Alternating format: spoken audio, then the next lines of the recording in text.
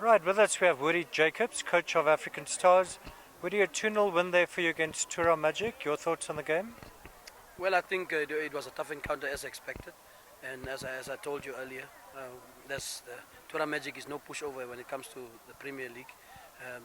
They really showed their mettle here tonight, and but I think Stars were in control of the game. Even first half, we created at least two good chances. We didn't score them, but even defensively, we were not that much trouble.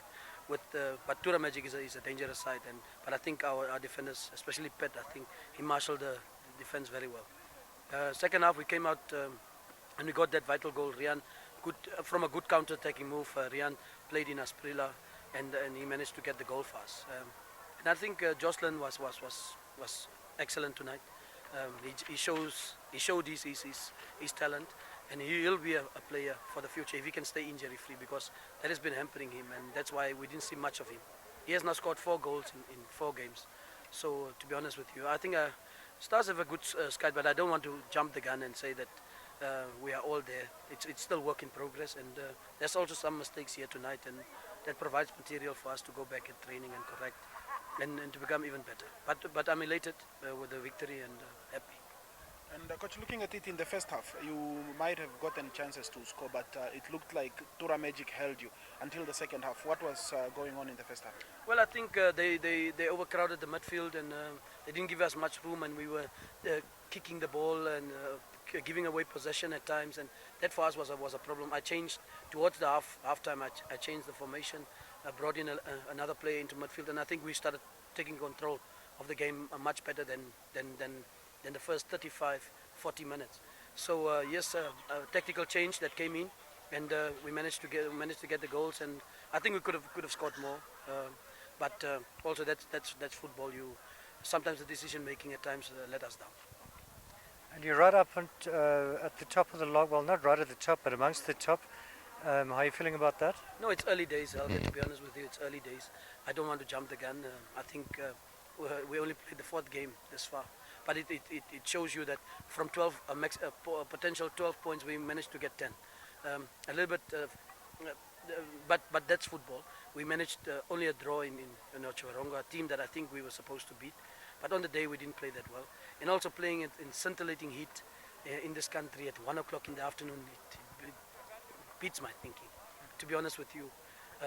I don't know what is the reason for that, because there's no hurry in coming back, because you will eventually come back late if you travel out.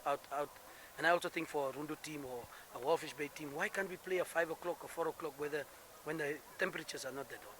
So I think those are the things that influence. You saw tonight, I think the spectators here tonight got a good value for their money. 2 teams having a go at each other. And I think at times there was some great football. But it's because it's played in an environment and an atmosphere that's good for football. We play under lights, and always the game is much more exciting. But if you play it in Rundu or in a Chumep and Totavi in 36 degrees, come on please, what football are you gonna get? And coach, looking at that, like the game today, okay, it was a little bit rough. Was the officiating right from the beginning of the league? Well, to be honest, it's not nice. You know, these are our partners in the game. Without referees, we also don't have a game. We need to respect them. And I mentioned, and I showed my frustration to the referee at halftime, and I told him because I think it was